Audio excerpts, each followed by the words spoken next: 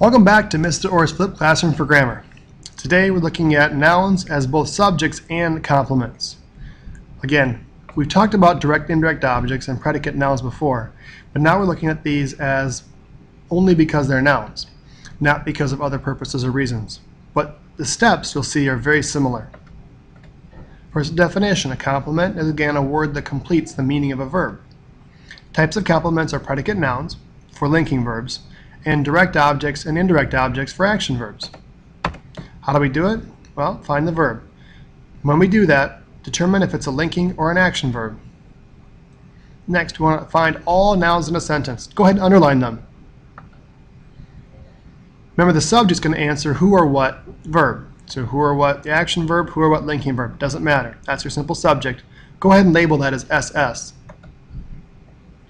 Now, if we're trying to find what's left for those nouns, remember that predicate nouns are going to follow linking verbs. It's the most important word that comes after the linking verb. If that's a noun, we'll label it predicate noun. Direct objects only deal with action verbs, so it's action verb what. Indirect object answers the question action verb to what or to whom. Also be aware of objects following prepositions. These are not complements.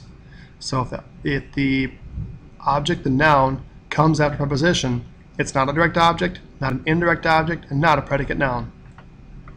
Our first practice, identifying the underlined ones as subject, predicate noun, direct object, or indirect object.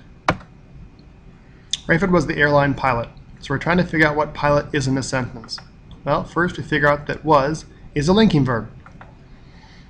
Who was? Rayford, so Rayford's a simple subject.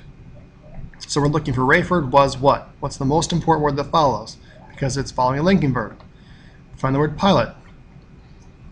So it's the most important word after linking verb, and it's a noun. Therefore, pilot's a predicate noun. Practice 2. The dogs ate my homework. So we're looking to figure out what homework is. Ate is an action verb. Who or what ate?